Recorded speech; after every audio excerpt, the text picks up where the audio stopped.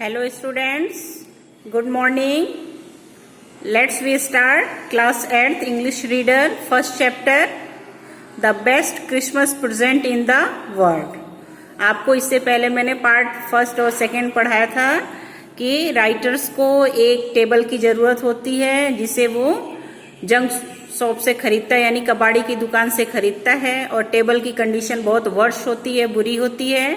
वो उसकी रिपेयरिंग करता है जिसमें उसे एक लेटर मिलता है और उस लेटर को वो पढ़ता है जिसमें जिम मैकपर्सन ने अपनी वाइफ कोनी को लिखा था कि कैसे आज क्रिसमस डे पे हम शत्रु यानी जर्मन सैनिक और अंग्रेज सैनिक एक दूसरे के साथ क्रिसमस डे सेलिब्रेट किए। तो आगे हम स्टार्ट करते हैं। राइटर्स उस लेटर को पढ़ लेता है पूरा, उसमें पूरा डिटेल है कि कैसे ये सेलिब्रेट करते हैं। आगे स्टार्ट करेंगे। I folded the letter again and slipped it carefully back into its envelope. मैंने लेटर को फोल्ड किया and slipped it carefully back into its envelope, और एनवलप में बहुत सावधानी से उस लेटर को रख दिया। I kept awake all night. मैं पूरी रात जागता रहा। बाय मॉर्निंग, सुबह, आई न्यू, मैं जान गया था, what I had to do, कि मुझे क्या करना था। मैं जान गया था अगली सुबह कि मुझे क्या करना था। I drove into Bridport. मैं गाड़ी से ब्रिडपोर्ट गया। Just a few miles away, जो कुछ मील की दूरी पर ही था। I ask a boy walking his dog where Copper Beeches was. I ask a boy, मैंने एक लड़के से पूछा, क्या पूछा?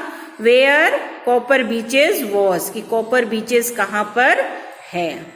House number 12 turn out to be nothing but a burn out shell. House number 12 कुछ भी नहीं था वहाँ, but a burn out shell, जले हुए मकान के हिस्से थे।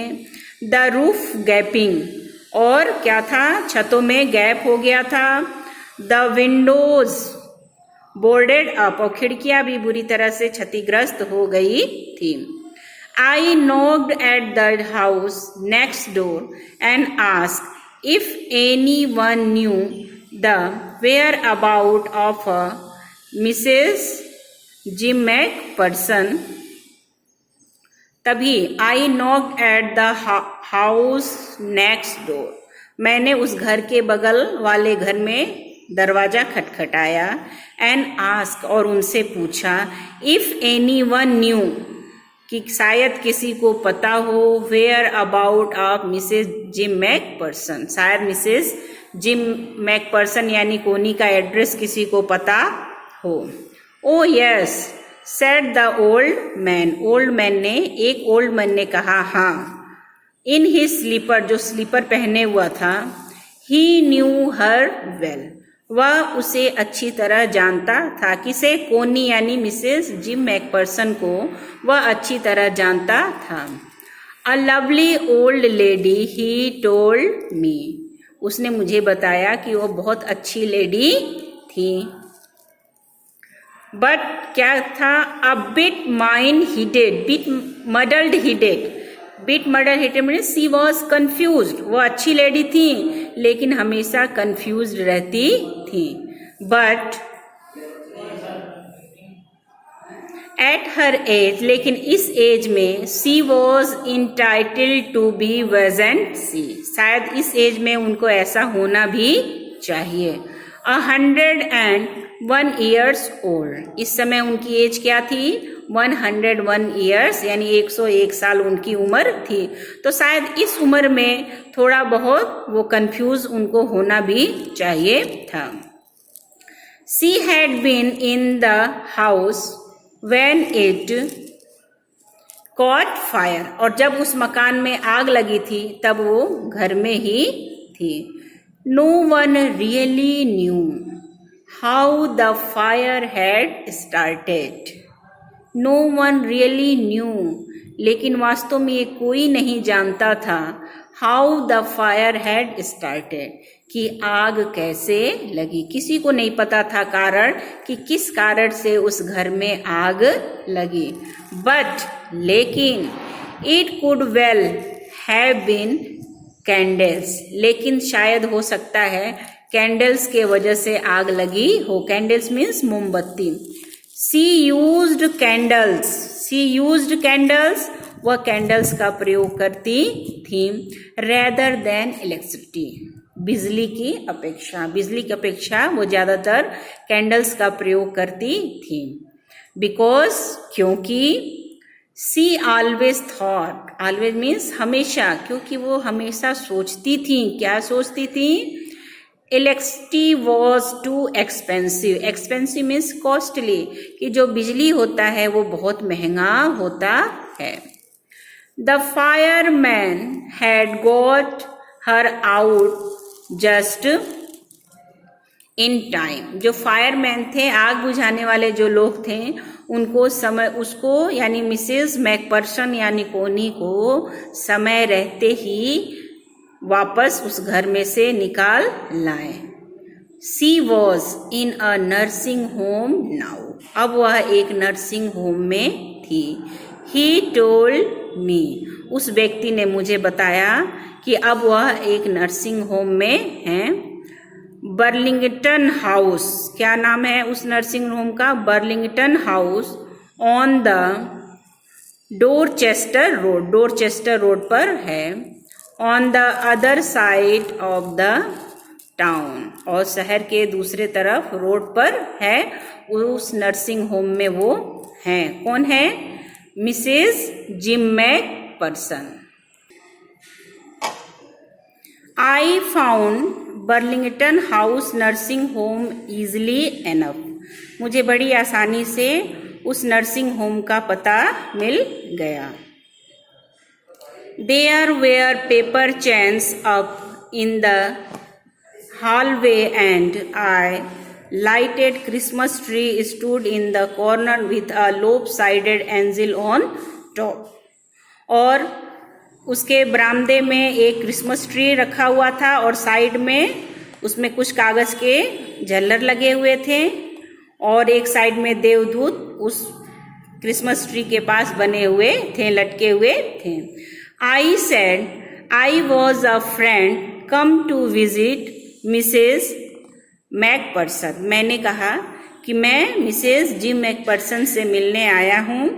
And to bring her a Christmas present, और उनके लिए एक क्रिसमस प्रेजेंट लेकर आया हूँ।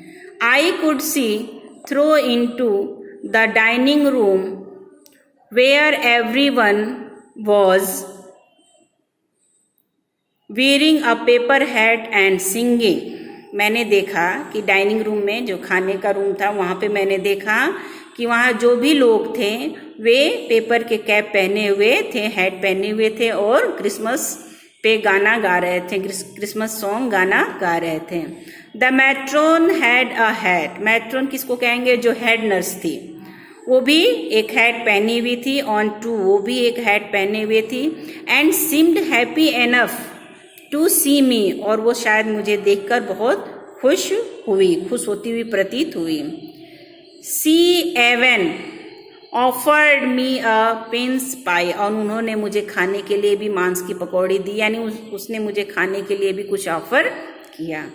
She walked me along the corridor, Mrs McPherson is not in with the others, she told me, उस हेड नर्स ने मुझे बताया, वो मेरे साथ टहलते हुए कॉरिडोर में चलने लगी और उसने मुझे बताया कि Mrs McPherson is not in with the others, वो दूसरों के साथ नहीं रहती हैं।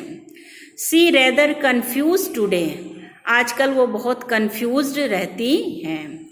सो वी थॉट इट, इसलिए हमने ये सोचा, it best if she had a good rest, इसलिए हमने सोचा कि हम उनको आराम करने दें। She has no family you know, आपको पता है कि उनका कोई फैमिली मेंबर नहीं है। नो वन विजिट, उनसे मिलने भी कोई नहीं आता है। So I am sure she will be only too pleased to see you, और मुझे विश्वास है कि आपको देखकर वो बहुत प्रसन्न होगी। She took me into a conservatory with wicker chairs and potted plants all around and left me, और वो मुझे एक गार्डन में ले गए जहाँ लकड़ी के चेयर्स लगे हुए थे, चारों तरफ प्लांट्स लगे हुए थे। वो हेड नर्स मुझे वहाँ पर ले गई और वहाँ पे मुझे अकेला छोड़ दिया। अकेला छोड़ दिया, और अकेला छोड़ दिया मीन्स कि वो मिसेस जिम मैकपर्सन को लेने गई थी। तो स्टूडेंट्स आज इतना ही पढ़ेंगे, नेक्स्ट वीडियो में आगे का पढ़ेंगे। आप इसको रीड करेंगे अच्छी तरह से with Hindi, word meaning find out करेंगे, और आपका होमवर्क यही है। Okay students, thank you and have a nice day.